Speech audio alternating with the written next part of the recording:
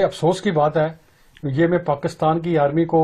ये कहना चाहता हूं, इससे ज्यादा घटिया आप और क्या काम करेंगे। मैं खुद गुरुद्वारा साहब में मौजूद था जिस वक्त हमारा एक जो असिस्टेंट कैशियर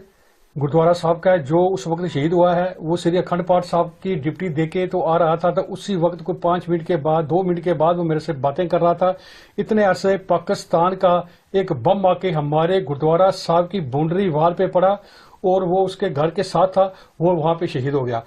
और मैं ये कहूंगा, ये बड़े दुख की बात है कि ये इतना बड़ा प्रोपेगेंडा करके पूरी दुनिया को ये दिखा रहा है। हमारा एक गुरुद्वारा साहब नहीं, हमारे 3 गुरुद्वारे साहब को उन्होंने हिट किया है। गुरुद्वारा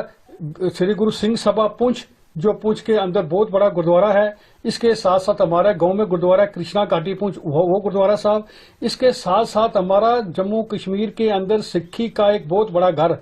जो कि श्री गुरु गोबिंद सिंह जी महाराज का थापे हुए स्थान श्रीमंत डेरा नंगाली साहब पुंछ, जो कि पुंछ के अंदर नहीं, हिंदुस्तान के अंदर बहुत बड़े श्रद्धालु जो पूरी दुनिया से वहां आते हैं, उसके साथ ही बाउंड्री वॉल के साथ ही वहां पे जो है कि एक बम आके गिरा है। मगर बड़े बड़े अफसोस की बात है कि पाकिस्तान की जो आर्मी है वो पूरी दुनिया के अंदर एक बदनाम जो आर्मी है, इसने झूठा प्रोपेगेंडा करके ये कह रहा है कि इंडियन आर्मी कर रही है। देखो, मैं समझता हूँ कि पाकिस्तान इससे ज्यादा बचकानी हरकत नहीं कर सकता, और जो ये स्टेटमेंट दी जा रही है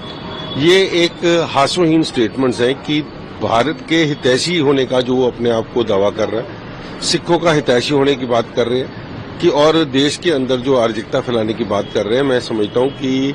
लोगों को बिल्कुल ज्ञान है कि किस तरीके से पाकिस्तान जो है वो हिंदुस्तान का 1 नंबर का दुश्मन है,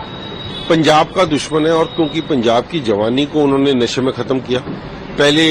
आतंकवाद के रूप में उसके वहां पर खराबी करते रहे, और हर वक्त पंजाब के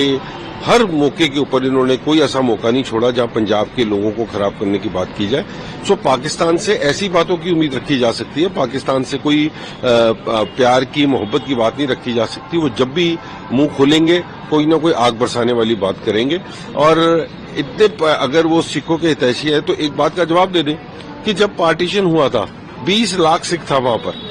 20 लाख सिखों में से आज वहां पर सिर्फ 8,000 सिख रह गए हैं। बाकी के सिख आगे कन्वर्ट कर करके उनको ऊपर तहसीते डाल डाल के उनको वहां से भगा दिया गया या उनको कन्वर्ट कर दिया गया। सो ये इस तरीके की बातें करके इस देश के सिखों को